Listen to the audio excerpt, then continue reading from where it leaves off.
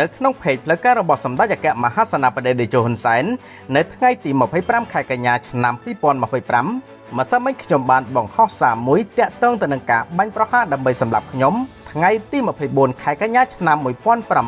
1998នៅទីរួមខេត្តសៀមរាបខ្ញុំគិតថាអត្ថបទនេះមានកំហុសត្រង់ចំណុចប្រសិនបើខ្ញុំស្លាប់ឬក៏រងរបួសប្រទេសកម្ពុជានឹងមិនមានសន្តិភាពនិងការអភិវឌ្ឍដូចសពថ្ងៃនេះឡើយព្រោះម្ចាស់នយោបាយឈ្នះបានស្លាប់បាត់ទៅហើយការសរសេរបែបនេះគឺជាកំហុសដែលមើលឃើញតែមួយជ្រុងនៃទូនីតិរបស់ខ្ញុំដោយមិនបានគិតទៅដល់កត្តាដទៃទៀតពេលនេះខ្ញុំសូមផ្ដល់នៅការវិភាគបន្ថែមដែលអាចកើតមានឡើងក្រោយការស្លាប់របស់ខ្ញុំ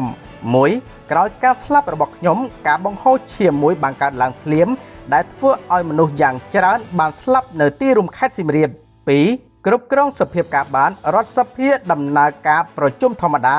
និងឈានទៅដល់ការបង្កើតរាជរដ្ឋាភិបាលថ្មីឬក៏ត្រូវជាប់គាំងបង្កើតរាជរដ្ឋាភិបាលមិនបាន3ប្រទេសបន្តសង្គ្រាមដោយបែងចែកតំបន់ត្រួតត្រាពីម្ខាងរាជរដ្ឋាភិបាលនិងម្ខាងទៀតគឺជាខ្មែរក្រហម4មានអ្នកដឹកនាំនយោបាយឆ្នើមរកការស្រោះស្រួលផ្ទៃក្នុងផងនិងរកវិធីបញ្ចប់សង្គ្រាមបានផងតាមរយៈការស្រោះស្រួលនេះសន្តិភាពកើតមាននាំមកនូវការអភិវឌ្ឍសេដ្ឋកិច្ចសង្គមដែលល្អលហ៊ុនសែនច្រើនដងនៅមានកត្តាច្រើនទៀតដែលខ្ញុំមិនលើកឡើងទុកឲ្យបងប្អូនវិតម្លៃខ្លួនឯង